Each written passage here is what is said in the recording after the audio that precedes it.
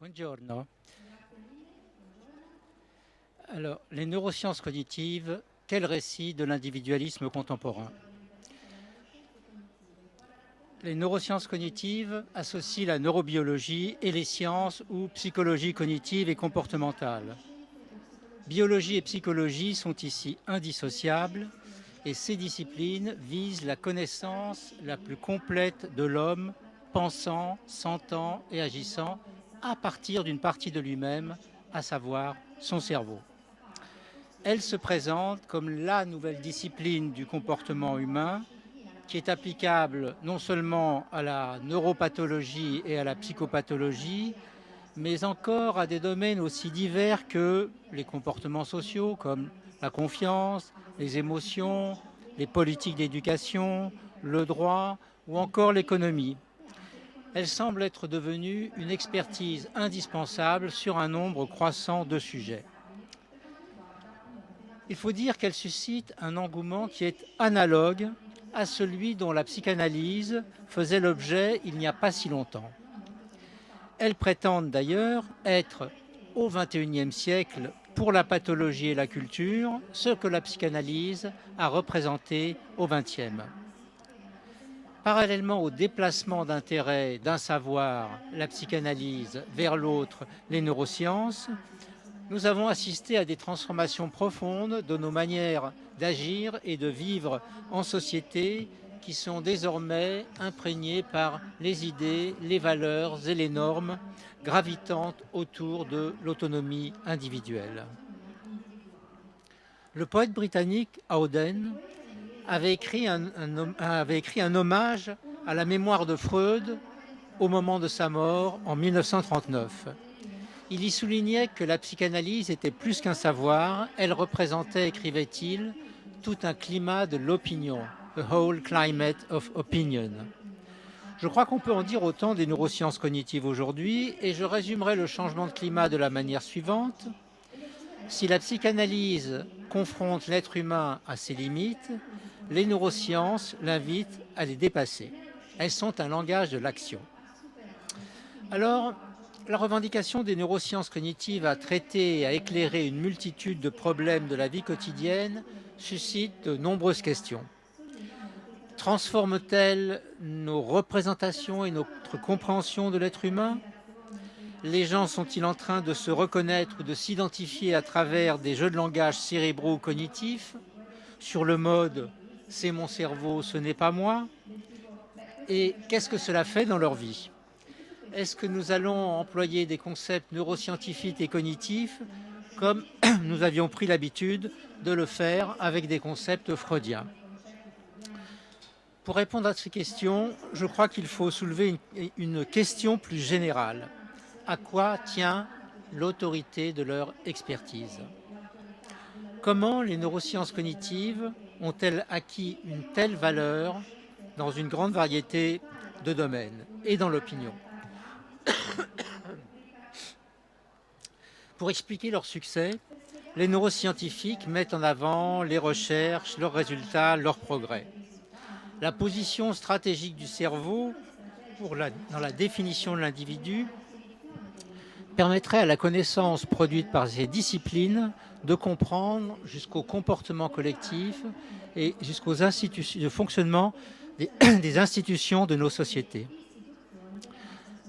La cible philosophique des neurosciences est le supposé dualisme cartésien de l'esprit et du corps, auquel elles opposent un monisme matérialiste, ça veut dire une unité indivisible de l'être dont le cerveau est le siège. Leur ambition est de construire une biologie de l'esprit, c'est-à-dire une explication des pensées et des comportements en termes de mécanismes cérébraux. Du côté des sciences... thank you.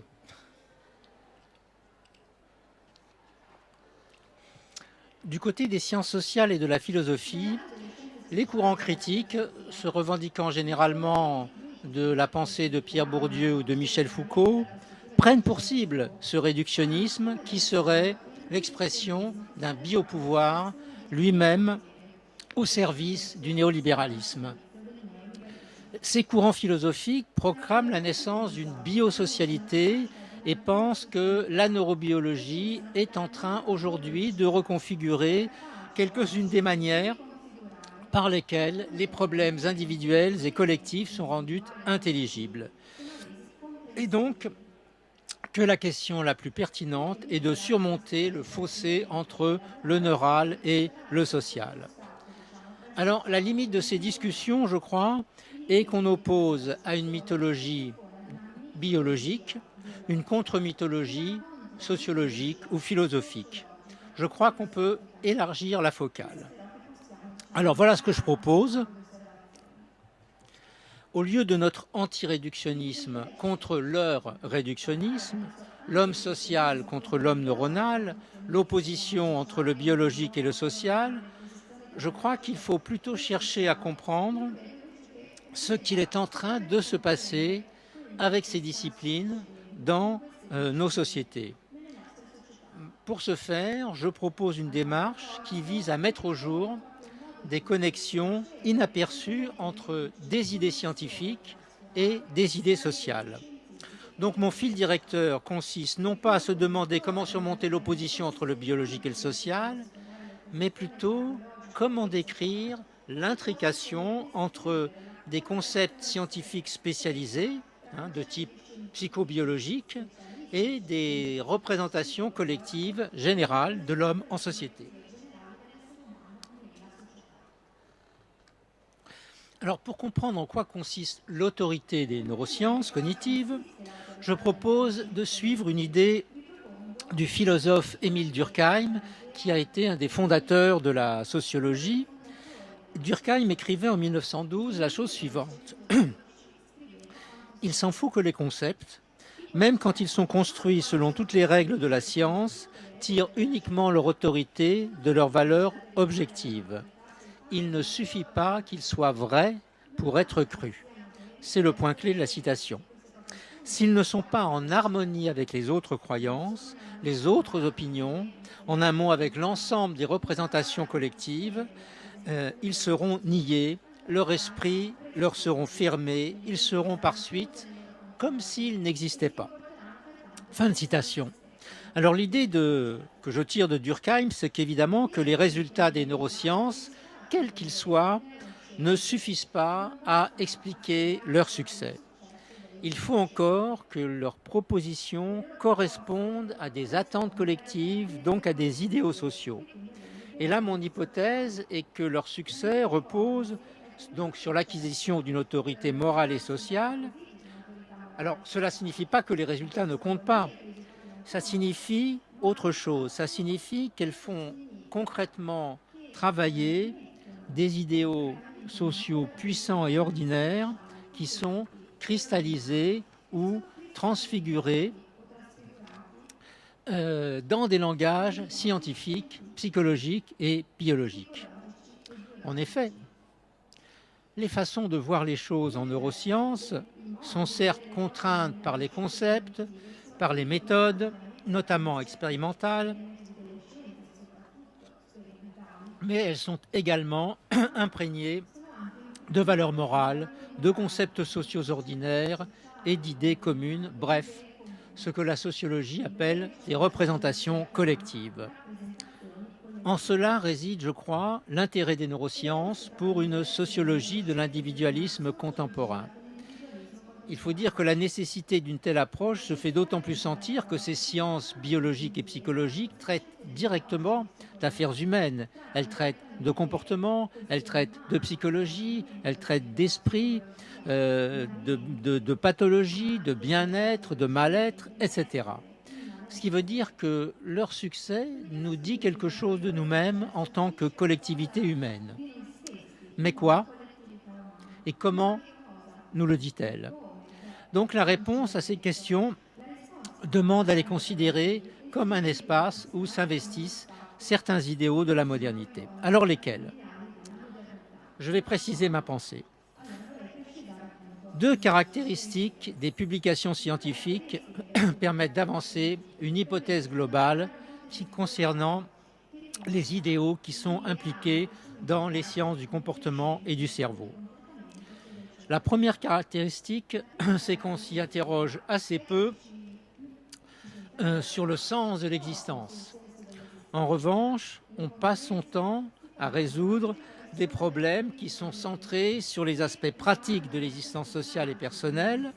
L'individu, dans ses articles, qu'il soit déprimé, schizophrène, hyperactif ou en pleine santé mentale, y est systématiquement présenté, qu'il s'agisse des articles scientifiques ou des articles qui sont à destination du grand public, en tant qu'un sujet pratique, toujours confronté à des problèmes à résoudre, devant faire des choix et prendre des décisions en ajustant des moyens à des fins. Le langage des neurosciences cognitives est bien un langage de l'action. Le deuxième aspect est relatif à l'adjectif scientifique et à l'idée de nature. Bon, là, on va faire un petit peu plus de philosophie.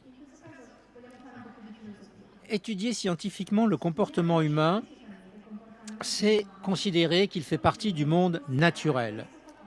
Mais la question de la nature humaine ne se limite pas au problème de la part entre la nature, ou biologique, et la culture, ou sociale.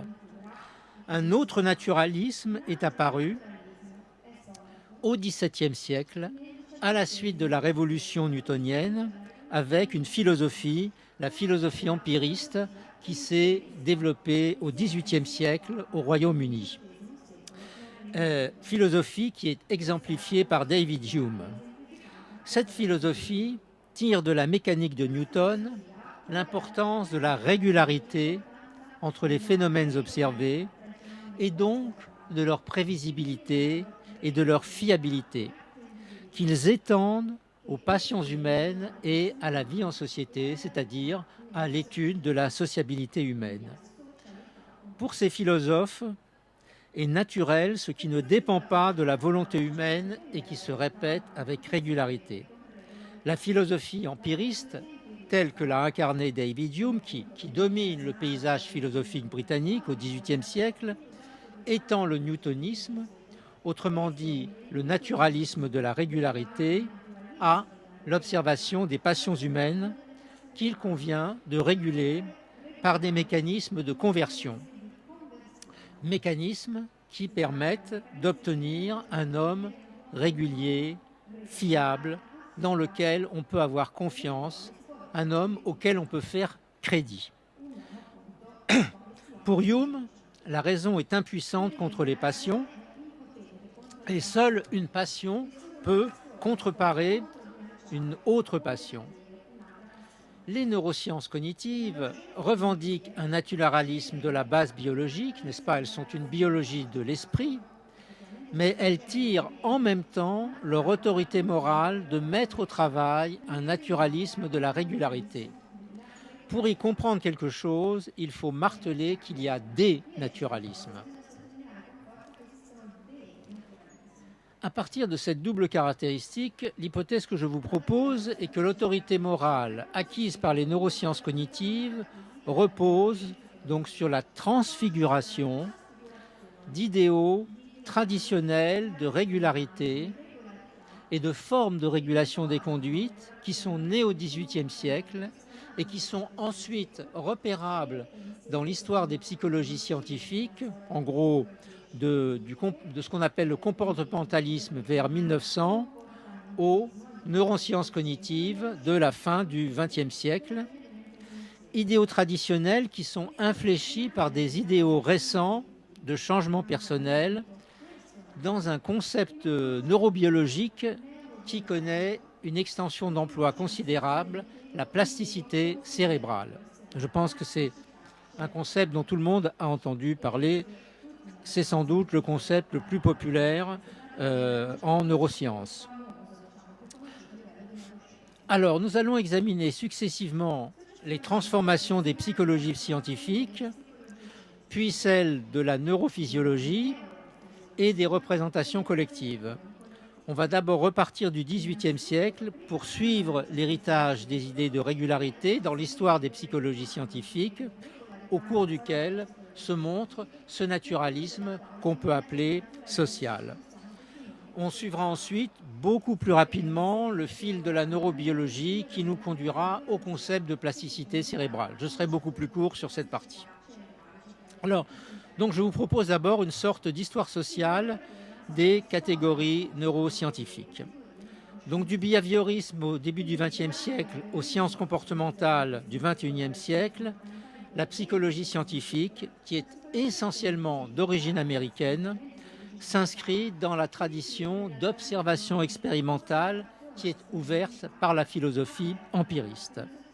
C'est un fait qui est bien connu des historiens de la psychologie, mais il s'agit dans cette conférence d'aborder les concepts scientifiques sous l'angle de la famille d'idéaux individualistes dont ils sont une expression conceptuelle. Si le naturalisme avancé par les neurosciences se réfère à la base matérielle biologique, elle tire, je le répète, leur autorité morale de leur capacité à transfigurer des idéaux ordinaires de régularité, donc de prévisibilité, de confiance et de fiabilité. Alors, aborder l'empirisme, non comme une philosophie, mais comme expression d'une sensibilité collective, comme expression conceptuelle en quelque sorte d'une sensibilité collective, ça permet précisément de faire ressortir un aspect qui est peu vu par rapport aux idéaux d'autoréflexion qui caractériseraient l'individualisme moderne. Il s'agit d'un mode de vie pour lequel la socialisation par des mécanismes ou par des automatismes est une idée-valeur fondamentale et qui répond à des problèmes ayant surgi de manière privilégiée dans la société britannique. Pour comprendre ce naturalisme donc, que j'appelle social, il faut se tourner vers Hume. Pour socialiser les passions, ou en langage moderne, réguler l'action des individus, je cite Hume, « Rien n'exerce, écrit-il, un plus grand effet, à la fois pour accroître et diminuer nos passions, pour convertir le plaisir en souffrance et la souffrance en plaisir que l'accoutumance et la répétition. L'accoutumance a deux effets originaux sur l'esprit. Elle confère avec l'aisance dans l'effectuation d'une action ou la conception d'un objet, une tendance ou une inclination à accomplir ces activités. » Fin de citation. Les passions négatives, la souffrance, l'emportement, l'envie, etc., sont converties par l'accoutumance que procure la répétition. La répétition crée donc des dispositions à l'action et la rend plus facile. Par l'accoutumance et la répétition, nos pensées et nos comportements finissent par faire corps avec nous. Les idéaux humiens consistent à penser qu'il est dans la nature de l'homme de se développer en prenant des habitudes par des exercices, habitudes qui vont jusqu'à des automatismes de pensée et de conduite. Donc à travers la mécanique de l'exercice et de l'habitude sont transfigurés des idéaux de régularité, de fiabilité, de conscience. Et dans cet entrelacement apparaît au XVIIIe siècle une des figures fondamentales de l'individualisme démocratique, celle de l'individu ordinaire en tant qu'homme d'action qui, créateur de valeur, augmente sa propre valeur par le travail et l'échange. Alors, ces idéaux, qu'est-ce qu'ils permettent? Ils permettent un auto-agrandissement régulé. Voilà l'idée sociale qui est découverte outre-Manche. À travers le thème de l'habitude et de l'exercice, apparaît une thématique qui va s'avérer centrale dans l'histoire des psychologies scientifiques, donc tout au long du XXe siècle, c'est celle de l'exercice et de la répétition qui permettent de prendre des habitudes. Ce que vont rajouter les neurosciences, c'est qu'elles montreront qu'ils ont, l'exercice et la répétition, un ancrage cérébral.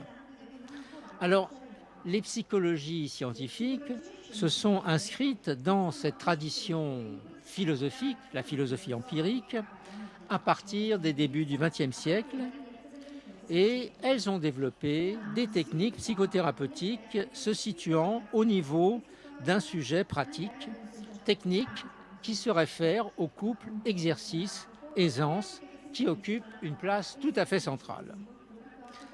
Répétition, aisance, habitude, exercice pour faciliter l'action en convertissant des passions négatives, c'est-à-dire en langage moderne des symptômes, en convertissant donc des passions négatives en passions positives, tels sont les ingrédients qui composent ces psychologies.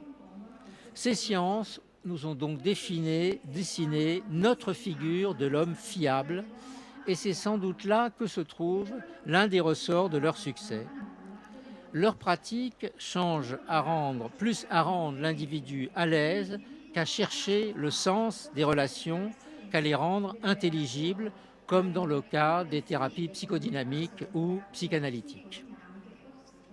L'histoire du mot comportement accompagne un débat qui court pendant plusieurs décennies et qui porte sur le genre d'individualisme qui est propre à l'Amérique quand celle-ci devient une société industrielle et urbaine, une société de production et de consommation de masse, quand elle entre dans l'ère de l'organisation et de la main visible des experts.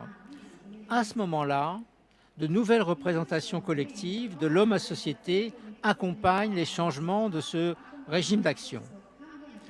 Au cours de cette période, le débat sur l'individu s'est formulé à travers une question qui est récurrente jusqu'aux années 50.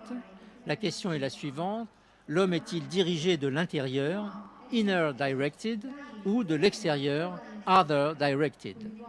La psychologie scientifique est une des réponses à ces questions. Le behaviorisme ou comportementalisme possédait un outil très simple, le système stimulus-réponse. Ça veut dire qu'à des stimuli divers provenant de l'environnement correspondaient des réponses comportementales qui se construisent non par une réflexivité, mais par essai-erreur. Le comportementalisme est né et s'est développé aux environs de 1900 dans le contexte d'une Amérique qui, entre la fin des années 1860 et la Première Guerre mondiale, passe donc d'une société rurale à une société industrielle et urbaine.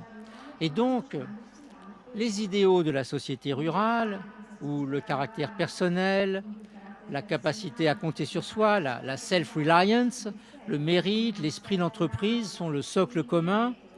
Ces idéaux se brouillent dans la nouvelle situation d'une société de masse.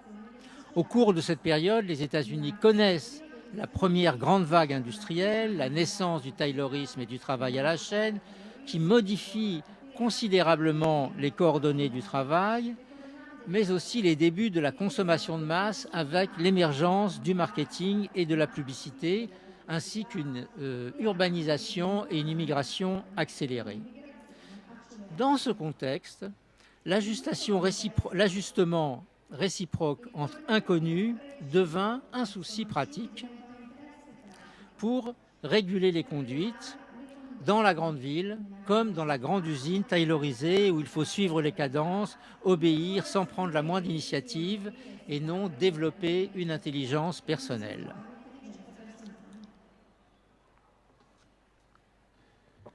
Machine, vitesse, cadence, masse anonyme, production de masse, consommation de masse, la nouvelle modernité apparaît comme un chaos de stimuli. La modernité est chaos. Voilà les ingrédients qui sont recyclés par le comportementalisme, ceux d'une nouvelle société de particules élémentaires. Alors, l'attraction qui fut suscitée par le behaviorisme tient à ce qu'il fut par-dessus tout un environnementalisme radical qui investissait l'homme de la capacité à former son propre monde, à être libre de l'autorité de la traduction et des impasses du passé. L'outil représenté par le système stimulus-réponse avait l'immense avantage de fournir des moyens simples, non seulement pour ajuster l'homme à un environnement instable, le chaos de stimuli, en le dirigeant de l'extérieur, ce qui séduisit l'industrie, qui pouvait espérer contrôler et rendre prévisible le comportement des salariés ou des consommateurs, mais encore pour réformer un environnement nuisible et défavorable, ce qui séduisit les partisans des réformes sociales. Alors, si la transition vers la grande société vit l'ascension du mot comportement, l'après-Seconde Guerre mondiale assista à celui de personnalité et le comportement en sortit bouleversé. C'est la deuxième phase.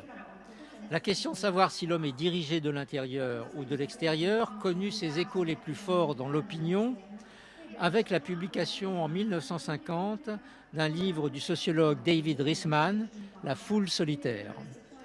Le livre est entièrement organisé autour de cette question et l'ouvrage est donc publié alors que la société américaine est donc largement entrée dans le rythme de la production et de la consommation de masse. La période de transition vers la grande société est terminée. À partir de cette période, la conformité, nous dit Riesman, passe essentiellement par l'approbation d'autrui. Elle est other-directed.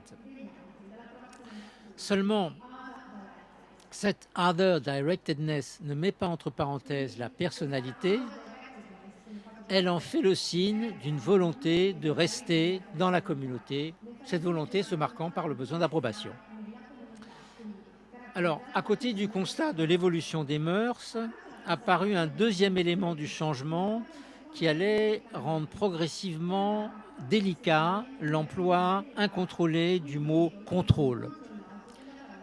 Les totalitarismes fascistes et nazis ont certes été vécus, mais un nouvel adversaire est apparu, le communisme, contre lequel se déclenche en 1946 la guerre froide. Dans cette nouvelle conjoncture, la science n'est pas simplement un enjeu épistémologique et empirique de vérité ou d'erreur, c'est aussi un combat culturel et politique entre la démocratie et le totalitarisme.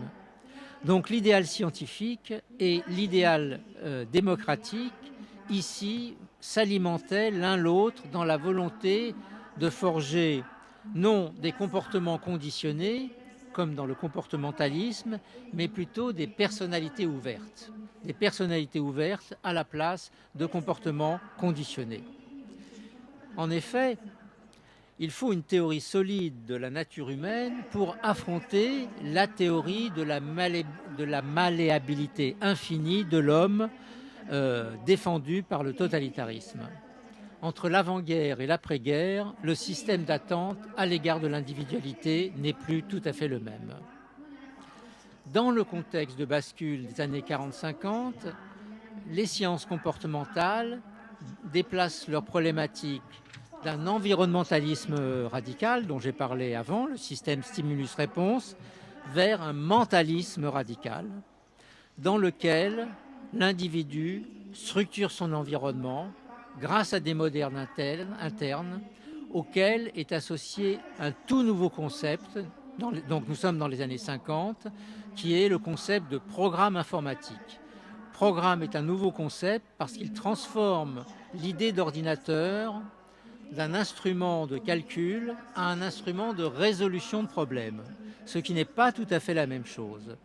Et donc, le thème du contrôle est reconfiguré à travers le problème du choix et de la décision d'une part, et d'autre part, de l'intelligence et de la rationalité limitée de l'individu. Individu donc qui est amené à faire des choix. Entre les stimuli et les réponses, les nouvelles sciences de la nature introduisent donc une double médiation. C'est l'intelligence à travers l'adjectif cognitif. On parle de révolution cognitive dans les années 50. Et la deuxième médiation, c'est la liberté à travers le substantif de décision et de choix. Et là, nous avons deux personnages qui donnent figure à ces idéaux. C'est le scientifique et l'homme économique.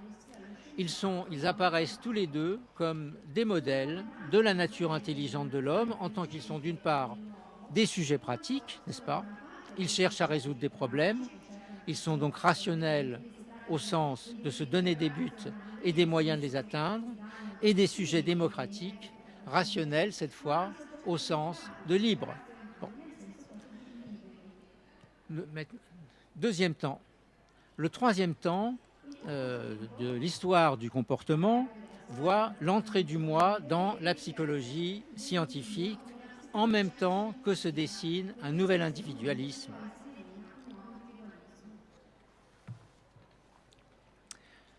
Je vais prendre comme support, comme appui, le discours présidentiel prononcé par un des pères de la révolution cognitive, le psychologue George Miller, prononcé en 1969 au congrès de l'American Psychological Association, discours intitulé « La psychologie comme moyen de promotion du bien-être humain ». Ce discours exemplifie l'imprégnation de la psychologie scientifique par de nouveaux idéaux. Non seulement Miller fait un sort à la fétichisation de la technique comme solution aux problèmes sociaux, mais plus encore, il dénonce l'obsession de la prédiction et du contrôle dans la psychologie scientifique. Et il propose donc à la profession une réflexion sur ce que devraient être les relations entre la psychologie et la société. Je le cite. Au lieu de répéter constamment que le renforcement conduit au contrôle, je préférerais souligner que le renforcement conduit à la satisfaction et à la compétence. Fin de citation. Donc la psychologie scientifique, en déplaçant ses intérêts vers la satisfaction et la compétence des individus, participe là à un changement de sensibilité, à l'inflexion démocratique que représente le nouvel individualisme de la révolution du personnel qui se développe au tournant des années 1960 et 70.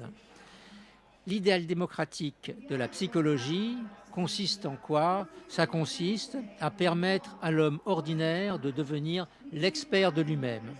Je cite encore le discours de Miller. Les gens auront à devenir leurs propres psychologues et organiser leur propre application des principes que nous avons établis. Fin de citation. Donc, il s'agit de quoi? Il s'agit désormais de fournir des outils à l'individu émancipé des vieux cadres. Donc, on n'améliorera pas la société en proposant des programmes de réforme qui ressemblent à des protocoles expérimentaux, mais en permettant aux individus de s'emparer de la psychologie, de la pratiquer pour eux. Pour Miller et pour d'autres, les vieilles relations compétitives de l'individualisme rugueux et les régulations s'appuyant sur des systèmes de sanctions-récompenses doivent être remplacées par des méthodes qui font appel aux relations de coopération, à la compréhension mutuelle et au renforcement des capacités individuelles. Parce que c'est en rendant les gens compétents qu'on les motivera.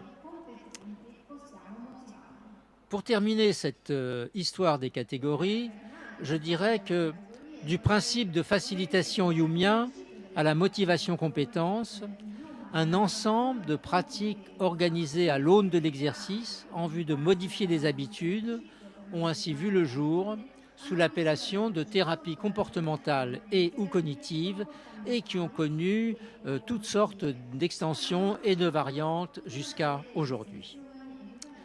Alors maintenant, je voudrais préciser le nouveau contexte moral dans lequel la troisième phase s'est déroulée et la suite de ce que je vais dire. Ce style de raisonnement est en concordance donc avec un nouveau contexte moral, social et politique, un changement dans les sensibilités collectives qui est en train de s'amorcer depuis le début des années 60, le nouvel individualisme qui est imprégné d'idées, valeurs qui sont rassemblées par le concept d'autonomie qui devient normatif. L'autonomie se caractérise par deux traits fondamentaux.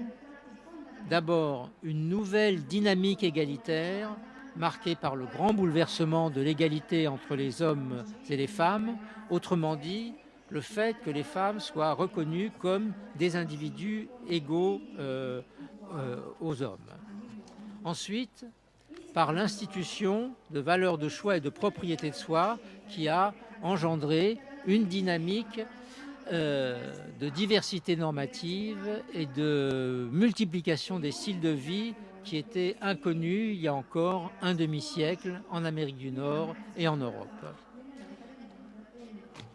À partir du début des années 60, en Europe, aux États-Unis, des gens commencent à montrer de nouveaux modes de vie qui étaient l'apanage de la vie d'artiste, la bohème, la vie de bohème, et qui marquaient un assouplissement des codes de la bourgeoisie et des classes moyennes.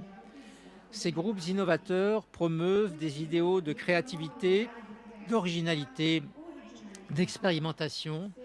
Ils explorent de nouvelles formes d'expérience et d'action, de nouvelles formes de vie personnelle. La figure du créatif est depuis devenue centrale dans les idéaux contemporains, donnant lieu autant à des manières de vivre qu'à des marchés. Ces nouvelles représentations collectives de l'être humain en société placent l'accent sur la capacité à agir de l'individu et sur les comportements créatifs ou innovants. Le choix, la créativité, l'initiative individuelle, on entre dans ce qu'on peut appeler un individualisme de capacité. Entrer dans nos mœurs, ces représentations collectives ouvrent au premier venu, à n'importe qui, l'accès à l'individualité. Sous quelle forme se présentent-elles, ces représentations ? Je crois que l'un des plus puissants idéaux de notre société de l'autonomie généralisée, et en même temps des plus ordinaires, c'est l'individu qui est capable, quels que soient ses handicaps, ses déviances ou ses pathologies, de s'accomplir en transformant ses handicaps en atouts. En transformant ces handicaps en atouts par une création qui augmente sa valeur en tant que personne. Je l'appelle l'idéal du potentiel caché. Il constitue un nouvel idéal d'action qui associe des vertus traditionnelles de courage à celles plus nouvelles de créativité et d'innovation qui consistent à socialiser un mal incontrôlable, à en faire une forme de vie, voire une valeur de civilisation. Cet idéal est la forme sociale spécifique par lesquelles des populations diagnostiquées malades, handicapées ou déviantes, traitées jusqu'alors au sein d'institutions que le sociologue américain Erving Goffman avait appelées des institutions totales dans son livre Asile, ces populations sont devenues des individus capables non seulement de connaître des accomplissements malgré le mal qui les atteint, mais peut-être plus encore grâce à eux. Et c'est dans ce cadre que les neurosciences cognitives se développent, c'est-à-dire qu'elles associent les idéaux traditionnels de régularité à ceux nouveaux du potentiel caché.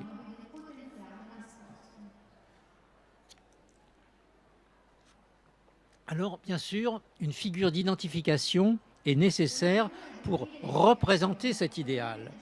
Cette figure, c'est l'autiste de haut niveau. L'autisme a connu une trajectoire spectaculaire. Il est sorti des fins fonds du handicap mental et de l'enfermement asilaire pour être élevé à une manière de vivre dont la dénomination se réfère clairement aux sciences cognitives et aux neurosciences, à savoir le style cognitif différent et la neurodiversité. Style cognitif différent, neurodiversité. Cette figure nous permet d'élaborer sur nos capacités et nos compétences. Comment ? Non plus normal et pathologique, mais dans le langage des militants de l'autisme, la neurodiversité, ce qui veut dire qu'il existe des compétences qui sont typiques et d'autres qui sont atypiques, compétences que l'on peut situer sur un axe handicap-atout. Pour le mouvement de la neurodiversité et pour un certain nombre d'autistes, l'autisme n'est pas une pathologie, mais une forme de vie, voire un idéal de civilisation de la diversité. Ces qualificatifs définissent l'intelligence autistique comme une intelligence spéciale, causée par des cerveaux dont l'organisation est elle-même singulière. Et l'autisme devient en même temps, je pense, la référence majeure d'une réorganisation des rapports entre le normal et le pathologique qui voit la maladie se transfigurer en une forme de vie différente. Je ne prendrai qu'un seul exemple. Greta Thunberg, la célèbre jeune militante écologiste suédoise, qui est atteinte d'une forme d'autisme, le syndrome d'Asperger, a déclaré que l'autisme n'était pas une maladie, mais un don. Doté à la fois d'handicap majeur et d'atouts majeurs, en même temps que d'un cerveau spécial, l'autisme fait le lien avec la neurophysiologie. Sur lui s'intrique l'idéal du potentiel caché et, on va le voir tout de suite, le cerveau d'aujourd'hui, qui est le cerveau de la plasticité cérébrale. Alors, en très courte dernière partie, je vous propose donc, après les psychologies scientifiques, donc la neurophysiologie ou la neurobiologie, que j'ai intitulée du cerveau réactif au cerveau agent. Alors, le cerveau qui se construit, disons, à partir des années 1950, va progressivement être conçu comme un système dynamique, auto-organisé, qui se met en mouvement de lui-même, indépendamment de stimuli qui proviennent de l'extérieur de l'individu. Ce cerveau permettra d'expliquer à la fois comment l'être humain agit et comment il apprend et change. Cette condition d'indépendance du monde extérieur est centrale dans la visée des neurosciences cognitives. Parce que si l'on peut prouver que le cerveau meut de lui-même un être qui agit dans le monde, et pas seulement un être qui réagit, qui se contente de réagir aux stimuli du monde, alors on aura sérieusement avancé dans la connaissance de l'homme à partir de son cerveau. La question clé des biologistes est comment rendre compte en biologiste, en physiologiste, de la volonté en tant que la volonté déclenche l'action. En physiologiste, ça implique que l'action est abordée comme un mouvement volontaire, donc que son fondement neurobiologique est moteur. L'enjeu se ramène au problème suivant ou à la question suivante. L'action est-elle nécessairement une réponse motrice à un stimulus sensoriel externe, donc la renvoyant à un cerveau qui réagit, ou existe-t-il un système d'activation interne qui soit le correspondant de la volonté, faisant apparaître un cerveau de l'action? La recherche montrera que c'est la deuxième option qui est la bonne. Alors, il faudrait décrire tout cela dans le détail, mais je veux juste montrer la façon dont le cerveau intègre l'expérience temporelle de l'individu, autrement dit, l'apprentissage et la mémoire. La clé biologique réside donc dans le concept de plasticité qui explique comment le cerveau se modifie de lui-même en fonction de l'expérience. Son mécanisme biologique est la transmission synaptique entre deux neurones. C'est donc un problème de connexion. Le renforcement des connexions entre neurones, entre cellules neuronales, se produit donc au niveau des synapses qui lient les neurones, au niveau des synapses qui croissent. L'activité coïncidente de deux cellules entraînant donc des changements structurels, c'est-à-dire des traces permanentes dans le cerveau qui sont visibles, enfin je veux dire visibles à l'imagerie cérébrale. Et biologistes et psychologues ont trouvé dans cette idée les bases neurales de l'apprentissage et de la mémoire. Avec la transmission et la plasticité synaptique, non seulement sont démontrées les capacités du cerveau à se transformer, c'est-à-dire à transformer son organisation en fonction des besoins de l'individu, mais encore le caractère à la fois modulaire et distribuée des fonctions du cerveau. Alors, le concept de plasticité fait aujourd'hui l'objet d'un emploi généralisé et fantasmatique. Sur lui s'est investi la valeur sociale fondamentale, enfin s'est investi une valeur sociale fondamentale d'aujourd'hui, la potentialité de l'individu, la potentialité infinie de l'individu à être l'agent de son propre changement. Or, la plasticité cérébrale, au sens purement biologique, est beaucoup plus restreinte que cela. La plasticité désigne le fait que la nature n'a pas prévu rigidement à l'avance les spécialisations fonctionnelles dans le système nerveux central et que tant dans la longue durée de l'individu, dans la longue durée de l'évolution et dans la courte durée de la vie d'un individu, l'histoire elle-même façonne les cerveaux de telle sorte qu'ils nous servent à tout ce que nous souhaitons faire. La leçon que délivrent les neurosciences cognitives, c'est que le cerveau, avec la plasticité cérébrale, dispose toujours de ressources pour que l'individu puisse trouver une solution créative à ses problèmes et qu'il ne faut pas désespérer de la nature sur laquelle, au fond, on peut toujours compter pour rebondir. C'est toujours l'optimisme de l'action. Elle montre un cerveau, ces neurosciences montrent un cerveau qui possède une telle souplesse de fonctionnement, notamment grâce à la plasticité cérébrale, que l'individu doit toujours être capable de pouvoir surmonter la réduction normative causée par le mal qu'il atteint. Et cela grâce à une création qui corresponde à ses besoins. En même temps, elle est un appel à la tolérance pour la diversité en regard de l'étroitesse de la polarité normale pathologique. Donc, le concept biologique de plasticité cérébrale se fond dans la représentation collective de l'autonomie. Il transfigure la capacité de l'individu à changer de lui-même, activant ainsi l'un des idéaux les plus ordinaires et les plus valorisés, consistant à affirmer qu'il existe toujours, logé au fond de soi, des ressources pour s'en sortir. Voilà d'où les neurosciences tirent leur autorité morale d'alimenter les croyances collectives auxquelles nous accordons la plus haute valeur avec les ressources démonstratives inégalées de la science.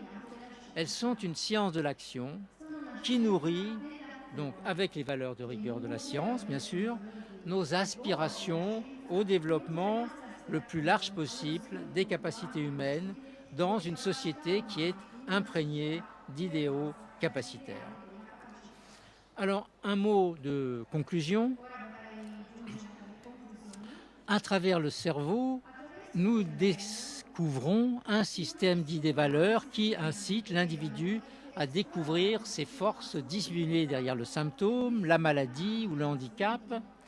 Les neurosciences et les sciences comportementales nourrissent un optimisme de l'action en démontrant que l'être humain peut dépasser ses propres limites et que personne n'est condamné par un déterminisme quelconque, qu'il soit social ou biologique.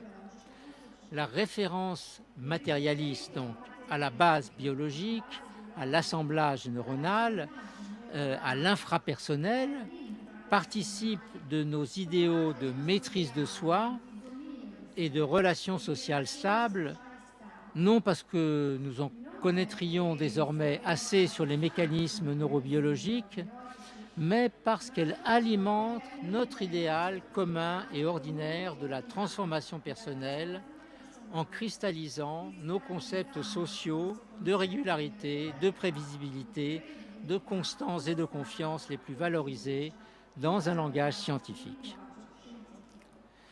Alors, en se revendiquant d'un naturalisme du fondement biologique dont les mécanismes causant des pathologies mentales et des comportements sociaux restent à ce jour à l'état d'hypothèse scientifique, voire de spéculation philosophique, les neurosciences cognitives transfigure bien plus sûrement un autre naturalisme qui est au cœur d'idéaux communs essentiels de la modernité individualiste, essentiels parce qu'ils sont les conditions pour que les hommes et les femmes agissent en individus sociables, régularité, exercice, habitude, confiance, coopération, capacité à se mettre à la place d'autrui, etc.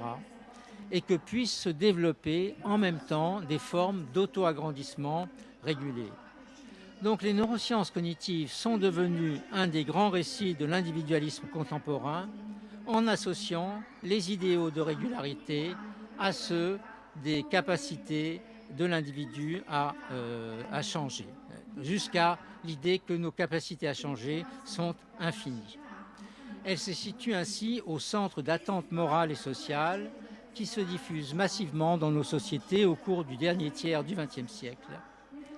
Par la légitimité dont bénéficient ces sciences, qui fournissent des preuves, notamment expérimentales, étayant leurs propositions, elles apportent à ces idéaux les promesses d'un développement illimité des capacités humaines. Tel est l'horizon d'attente qu'elles suscitent et d'où elles tirent une bonne part de leur autorité. Je vous remercie.